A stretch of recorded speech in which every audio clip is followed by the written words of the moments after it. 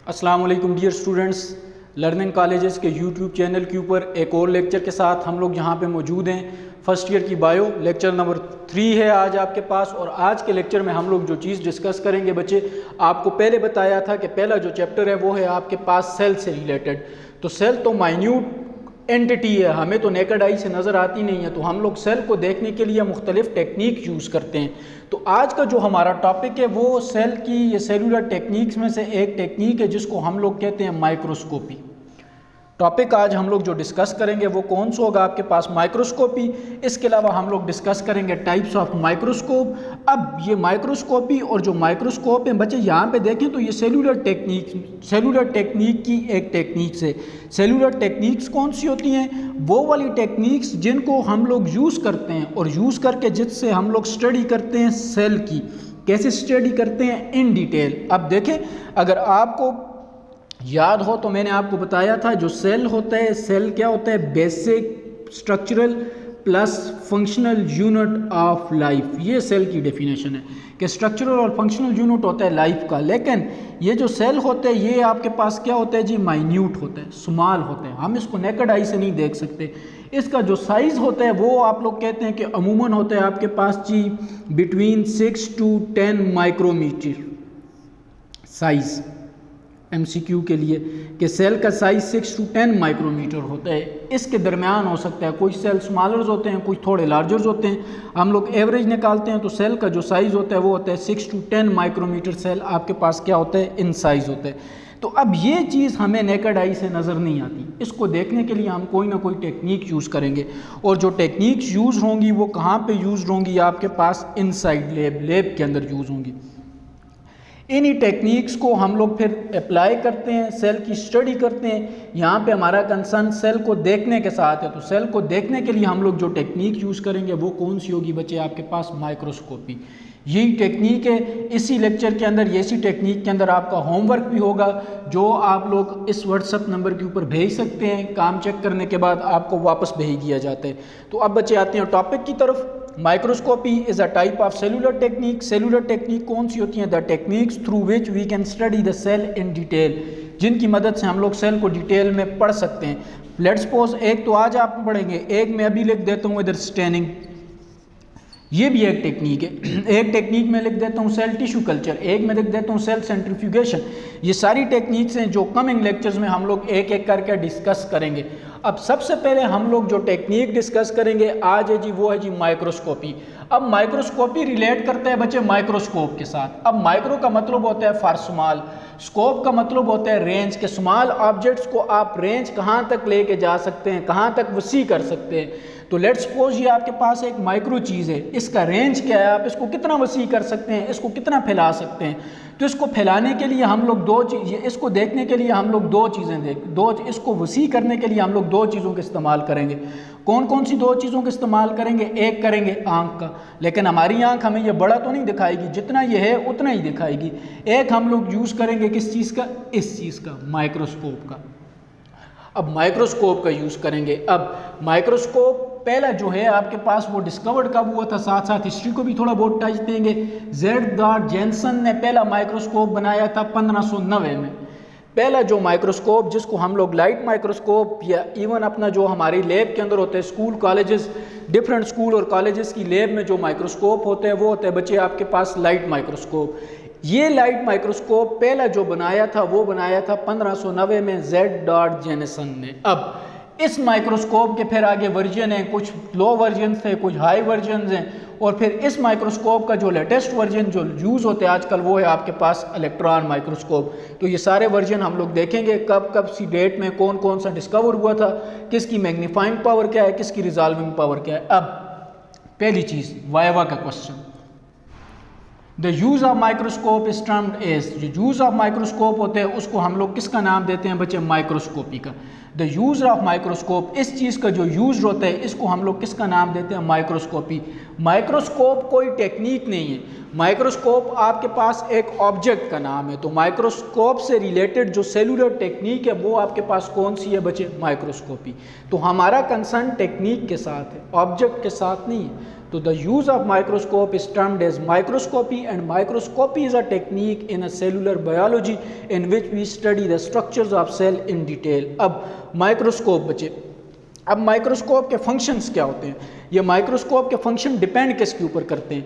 Microscope के जो functions होते हैं वो डिपेंड करते हैं इसकी दो प्रॉपर्टीज़ के ऊपर। ये माइक्रोस्कोप की क्वालिटी डिपेंड करती है दो प्रॉपर्टीज़ के ऊपर, एक मैग्नीफाइंग पावर होती है और एक रिजॉल्विंग पावर होती है। अब देखेंगे मैग्नीफाइंग पावर क्या है आपके पास और रिजॉल्विंग पावर क्या है। सबसे पहले आ जाते हैं हम लोग रिजॉल्विंग पावर की तरफ। अब रिजॉल्विंग पावर की सबसे पहले होगी जी definition.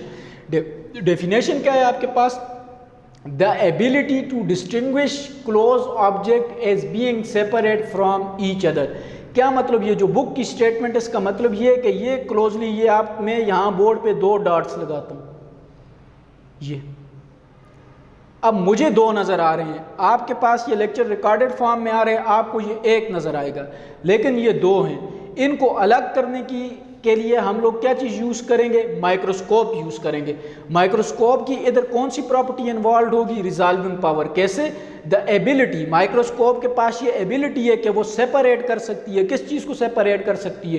To closely related objects को। ये दो क्लोजली रिलेटेड ऑब्जेक्ट्स हैं, एक ऑब्जेक्ट ए है, एक ऑब्जेक्ट बी है आपके पास ये लेक्चर रिकॉर्डेड फॉर्म में आ रहा है, आपको ये डॉट सिर्फ एक नज़र आएगा, मैंने बनाए हैं, मुझे पता है ये दो हैं, लेकिन इनको जब मैं माइक्रोस्कोप की मदद से देखूंगा तो इसमें कहीं ना कहीं मुझे थोड़ा बहुत गैप नज़र आएगा। उस गैप को हम लोग माइक्रोस्कोप की किसका नाम देंगे बच्चे? रिजॉल्विंग पावर का नाम देंगे। अब जो माइक्रोस्कोप की रिजॉल्विंग पावर का हमें पता चल गया, अब हमारी लैब्स के अंदर हम लोग अपनी लैब्स को डिस्कस करेंगे, स्कूल कॉलेजेस की लैब्स को। उधर जो माइक्रोस्कोप होते हैं वो होते हैं आपके पास लाइट माइक्रोस्कोप। अब लाइट माइक्रोस्कोप में जो सोर्स ऑफ विजन होते हैं वो होते हैं लाइट। लाइट होनी चाहिए तब आपको नज़र आएगा, लाइट के बगैर आपको ये चीज़ नज़र नहीं आएगी। जिस तरह आप मेरे हाथ में देख भी सकते हैं, ये माइक्रोस्कोप है आपके पास। अब ये मैंने अपने कॉलेज की लैब से उठाया है, इस माइक्रोस्कोप को मैं नाम दूंगा लाइट माइक्रोस्कोप का। इसमें सोर्स ऑफ विजन लाइट है। इस कमरे के अंदर नेचुरल लाइट हो या आर्टिफिशियल लाइट हो, और वो लाइट इस के ऊपर पड़ रही होगी, इस आपके पास जो आपको मिरर नज़र आ रहा है इसके ऊपर वो लाइट पड़ेगी, तो तब मुझे ऑब्जेक्ट जो इस जगह मैं स्पेसिमेन रखूँगा वो मुझे नज़र आएगा, अदरवाइज़ वो मुझे नज़र नहीं आएगा। तो ये हमारे पास क्या चीज़ है बच्चे? Light microscope. तो अब आ जाएं, लाइट माइक्रोस्कोप में सोर्स ऑफ विजन कौन सा होता है? ये लाइट माइक्रोस्कोप आप देख सकते हैं, इसमें जो सोर्स ऑफ विजन होगा वो कौन सी चीज़ होगी आपके पास? लाइट। अब ये आपके पास माइक्रोस्कोप है, इसका फंक्शन दो प्रॉपर्टीज़ के ऊपर डिपेंड करेगा, एक रिजॉल्विंग पावर, एक मैग्नीफाइंग पावर। तो आप लोग याद रखेंगे for MCQ point of view के लिए कि लाइट माइक्रोस्कोप की जो रिजॉल्विंग पावर होती है वो होती है 250 नैनोमीटर, और एक जो नैनोमीटर होता है ये होता है 10⁻⁻⁹ मीटर। इसका मतलब क्या हुआ? इसका मतलब है कि इन ऑब्जेक्ट्स में अगर कम से कम गैप 250 नैनोमीटर होगा, आप इस माइक्रोस्कोप की मदद से उनको दो ऑब्जेक्ट्स के तौर पे देख सकते हो। तो this power of microscope is termed as resolving power of microscope. समझ आ गई? दो ऑब्जेक्ट्स ए और बी, इनके दरमियान गैप अगर इतना होगा 250 नैनोमीटर, तो ये माइक्रोस्कोप जो मेरे हाथ में आप देख सकते हैं ये आपको दो अलग अलग ऑब्जेक्ट्स करके बताएगा, और इस प्रॉपर्टी को हम लोग किसका नाम देते हैं? This property is termed as the resolving power of light microscope. अब इसके मुकाबले में ये हमारी आंख से, आप इनको आंख से देख रहे हैं, मैं भी आंख से देख रहा हूँ, मेरे resolving power of light microscope के मुकाबले में रिजॉल्विंग पावर ऑफ नेकेड आई जो होती है वो होती है 1 मिलीमीटर। क्या मतलब? ये दो ऑब्जेक्ट हैं ए बी, इनके दरमियान गैप अगर 1 मिलीमीटर होगा, इससे कम होगा तो हमें ये एक ऑब्जेक्ट नज़र आएगा, इससे ज़्यादा होगा तो ये हमें दो ऑब्जेक्ट नज़र आएंगे। तो क्या हुआ आपके पास? Resolving power of naked eye कितना होता है? 1 मिलीमीटर। अब इन दोनों को कंपेयर करें तो हम लोग कहते हैं resolving power of light microscope जो होती है ये 500 टाइम ग्रेटर होती है। एक्स से मुराद ग्रेटर होती है, किससे ग्रेटर होती है? Than naked eye. ये तीनों चीज़ें आप लोग याद रखेंगे एमसीक्यू के लिए। The resolving power of naked eye is dash time greater than, ये dash time greater than naked eye, 500 time greater than naked eye. The resolving power of naked eye is 1.0 millimeter. The resolving power of a light microscope or compound microscope or simple microscope is 10 raised to power minus 9 meter or 250 nanometre. ये वाली चीज़ clear होगी बच्चे। तो resolving power कहते हैं हम लोग microscope की वो वाली एबिलिटी जिसमें माइक्रोस्कोप हमें दो क्लोजली ऑब्जेक्ट्स को अलग अलग करके बताते हैं। अब नेक्स्ट जो प्रॉपर्टी है वो है आपके पास मैग्नीफाइंग पावर।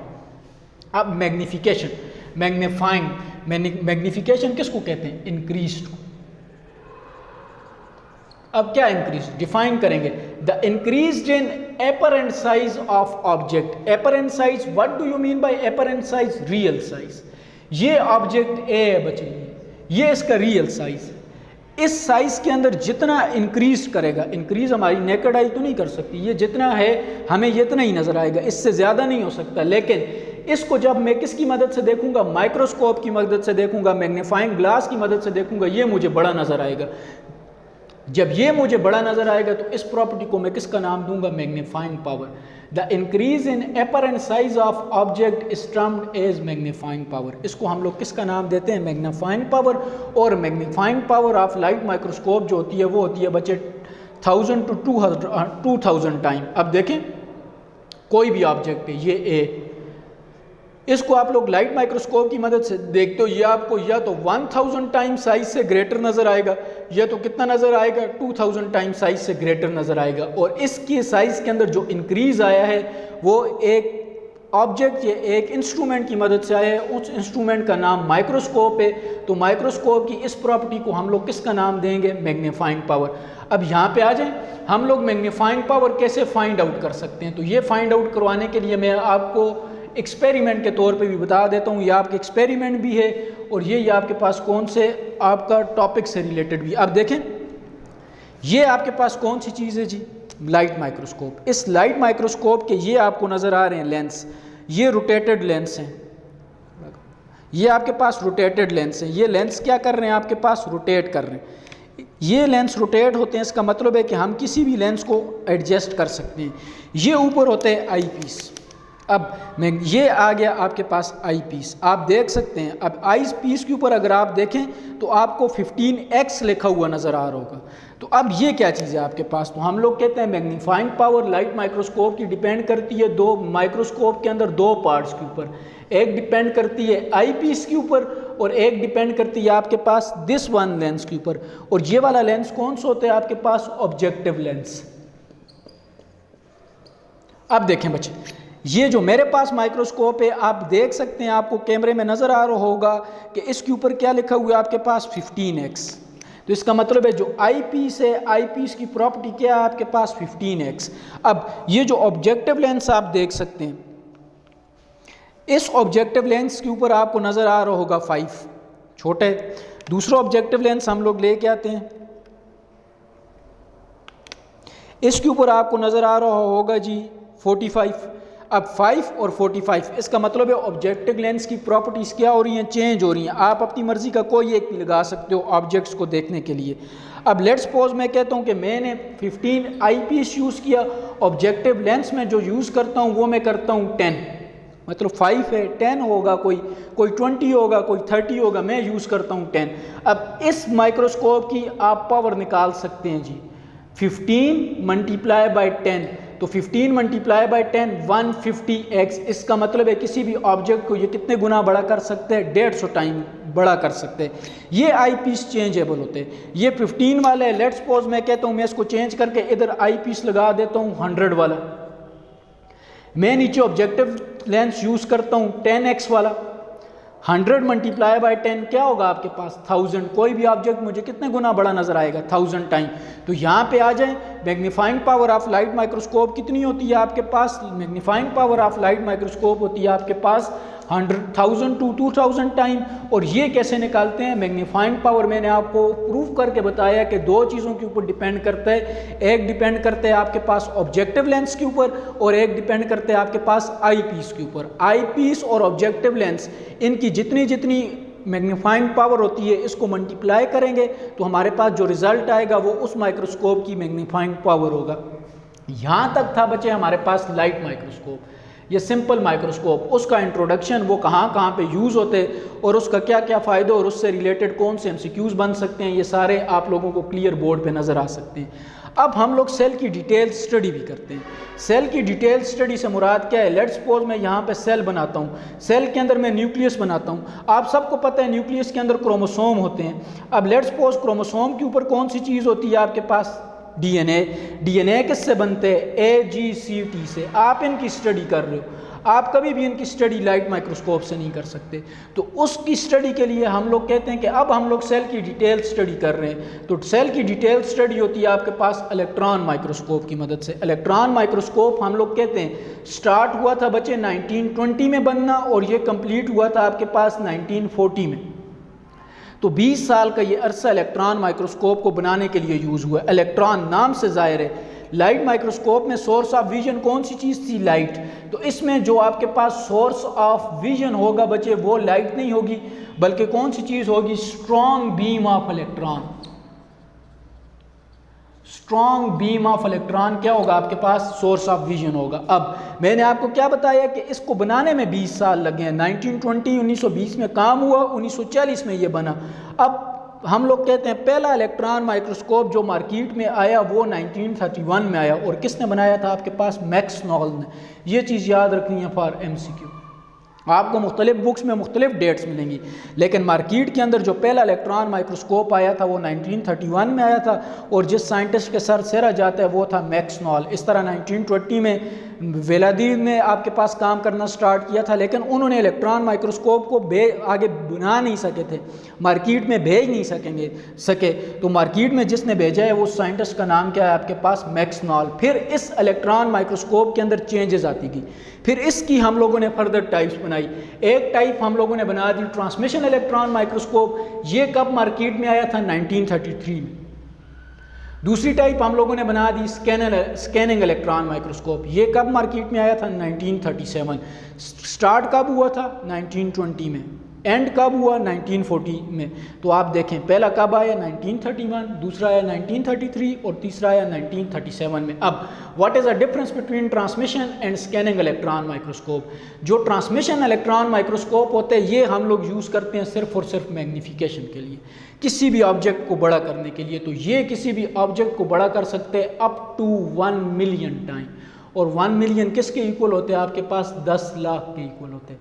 लेट्स सपोज आप इस डॉट को देख रहे हैं, आप किसी चीज़ को नहीं देख रहे, इस डॉट को देख रहे हैं। इस डॉट को देखने के लिए अगर आप ट्रांसमिशन इलेक्ट्रॉन माइक्रोस्कोप यूज़ करते हैं तो आपको ये वाला डॉट कितने गुना बड़ा नज़र आएगा? 10 लाख गुना बड़ा नज़र आएगा। हर चीज़ इसमें क्लियर हो जाएगी कि इस डॉट के अंदर कौन कौन सी चीज़ें हैं, वो भी आपको क्या हो जाएगी? क्लियर हो जाएगी। जो दूसरा होता है बच्चे वो होता है स्कैनिंग इलेक्ट्रॉन माइक्रोस्कोप। ये जो लाइट माइक्रोस्कोप है आपके पास मेरे हाथ में, ये आपको देते हैं जी 2D इमेज, ये आपके पास 1D इमेज देगा। बहुत हद करें ये तो सिंपलेस्ट फॉर्म है, इसमें जो आपके पास मॉडिफाई फॉर्म है वो आपको देती है 2D इमेज देती है। लेकिन जो स्कैनिंग इलेक्ट्रॉन माइक्रोस्कोप होते हैं ये किसी भी ऑब्जेक्ट का आपको देते हैं 3D structure. What do you mean by 3D structure? This one. ये आपको कोई भी ऑब्जेक्ट हर एंगल से बताते हैं, आप किसी ऑब्जेक्ट की हर एंगल से स्टडी कर सकते हो। और या हम लोग कहते हैं स्कैनिंग इलेक्ट्रॉन माइक्रोस्कोप से हम लोग सेल्स के अंदर जो ऑर्गेनेलीज होती हैं उनकी एनाटॉमी स्टडी करते हैं। हमें कैसे पता चला? लेट्स सपोज मैं आपको एक आप पे यहाँ पे बना देता हूँ mitochondria. Mitochondria double membrane structure है। जो इनर मेम्ब्रेन है वो फोल्डेड है, और इनर मेम्ब्रेन फोल्डेड होने के साथ साथ इनर मेम्ब्रेन के अंदर एक नॉब लाइक स्ट्रक्चर है। इस नॉब लाइक स्ट्रक्चर को किसका नाम देते हैं? F1 पार्टिकल का नाम देते हैं। मैंने आपको सिर्फ एक ऑर्गेनेली का एग्जांपल बताया। अब ये नॉब लाइक स्ट्रक्चर ये आपको क्रिस्टी है, ये आपको इनर मेम्ब्रेन जो इसकी फोल्डेड है, जो आपके पास फोल्डेड है, ये कभी भी लाइट माइक्रोस्कोप से नज़र नहीं आएगी। आपने माइटोकॉन्ड्रिया की डिटेल स्ट्रक्चर देखनी है, इसका इमेज देखना है, तो इसके लिए आप लोग किस चीज़ को यूज़ करोगे? Scanning electron microscope. तो electron microscope in which a source of vision is a strong beam of electron. Electron microscope was first discovered by Max Knoll in 1931. Two types of electron microscope. Which one? Transmission electron microscope, which can magnify objects up to 1 million times, and the other type is a scanning electron microscope. We use the scanning electron microscope for 3D structures or for the 3D images of objects. तो ये था बच्चे आज का आपका topic. आपका जो homework है वो क्या है? आप की बुक में एक टेबल बना होगा जहाँ माइक्रोस्कोप का आपके पास क्या है जी, हेडिंग दी होगी, उसके नीचे आपके पास एक टेबल बना होगा। उधर उस टेबल में क्या चीज़ लिखी हुई है जी, magnifying power of light microscope. उसमें वो कभी ऑब्जेक्टिव लेंस को चेंज करते हैं, कभी आई पीस को चेंज करते हैं। तो ऑब्जेक्टिव लेंस और आई पीस को चेंज करने के बाद वो टेबल जो है वो आप लोग कापीज़ पे बनाएंगे, लाइट माइक्रोस्कोप की डेफिनेशन लिखेंगे, in which a source of vision is light.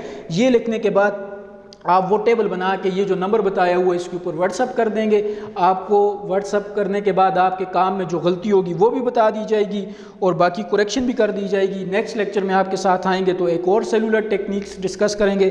तब तक अपना ख्याल रखिएगा। शुक्रिया, वस्सलाम।